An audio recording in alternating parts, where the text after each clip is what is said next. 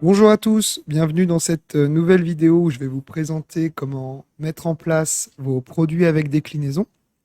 Alors précédemment, vous avez une vidéo qui vous explique comment mettre vos produits simples sur votre catalogue, mais maintenant on va s'attaquer aux produits avec déclinaison.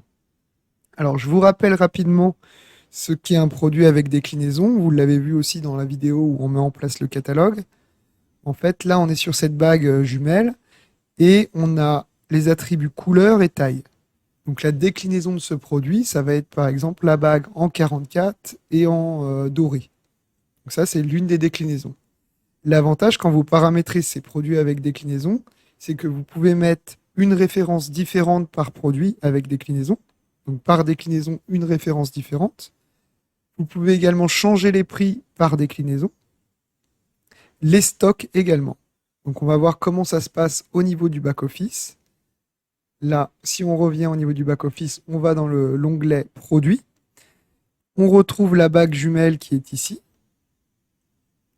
Et sur cette bague, vous allez voir qu'il y a un onglet en plus qu'il n'y a pas lorsqu'on fait un produit simple, parce qu'en fait, on a coché ici l'onglet Produits avec déclinaison. Donc à la base, vous êtes sur un produit simple, vous cliquez sur Produits avec déclinaison, et il y a cet onglet qui va apparaître. Donc là, je clique dessus, on a déjà généré les différentes déclinaisons. Je vais vous montrer rapidement comment en générer des nouvelles. Vous êtes sur cet onglet. À droite, vous avez vos différents attributs. Donc, on l'a vu dans attributs et caractéristiques précédemment. Vous pouvez les générer ici. C'est pour ça que c'est la première étape à faire, c'est d'abord de générer ces attributs. Et ensuite, si je veux générer une bague en 54 et bleu, je clique sur ces deux attributs et je vais faire générer. Ici, ça va me créer une nouvelle déclinaison de la bague en 44 et en bleu. Elle est ici.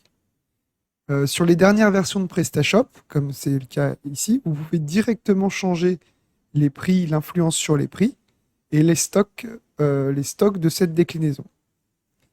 Vous pouvez et vous devez d'ailleurs choisir également une déclinaison par défaut, c'est celle qui va s'afficher en priorité sur votre eShop. Et enfin, en cliquant sur l'une des déclinaisons ici, vous avez d'autres paramétrages que vous pouvez faire. Donc là, vous pouvez choisir cette déclinaison comme déclinaison par défaut. Si vous avez plusieurs photos tout en bas, vous allez pouvoir donc choisir la photo de la déclinaison. Bon, là, il n'y en a qu'une. Mais si vous avez des chaussures de couleurs différentes, eh ben, mettez les images ici. Et en fait, c'est l'image qui va changer quand l'utilisateur va changer sur le front office sa déclinaison avec ses différents attributs. Vous avez les quantités ici que vous pouvez mettre, une date de disponibilité, donc la quantité minimale à la vente, par exemple, la référence, l'emplacement du stock, le niveau de stock bas.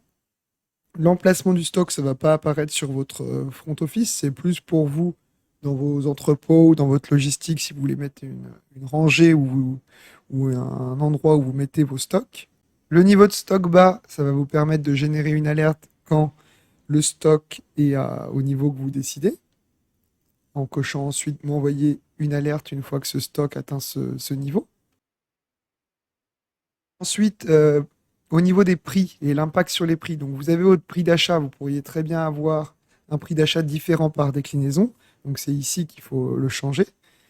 L'impact sur le prix, si vous voulez vendre plus cher ou moins cher le produit, donc c'est ici, si vous voulez mettre moins cher, il faut mettre un moins 10 euros par exemple, et on va avoir un impact, donc ici, on peut voir le prix hors taxe, le prix TTC. L'impact sur le prix unitaire, c'est quand vous faites des produits au kilo, par exemple, et donc vous mettez un impact également sur le poids pour vos transporteurs. Enfin, vous avez les références spécifiques. Donc ça va être plus pour des codes barres ou pour des livres avec les codes ISBN ou encore les codes EAN qui peuvent être différents par déclinaison. Également les codes UPC et MPN. Et enfin, comme je vous le disais tout à l'heure, vous pouvez choisir l'image. Voilà, merci d'avoir suivi ce tuto. Vous avez maintenant toutes les clés en main pour mettre en place vos produits avec déclinaison sur le site. Vérifiez que vous avez bien suivi le tuto sur la mise en place de votre catalogue ou alors la mise en place de vos produits simples. Et je vous dis à bientôt pour un nouveau tuto.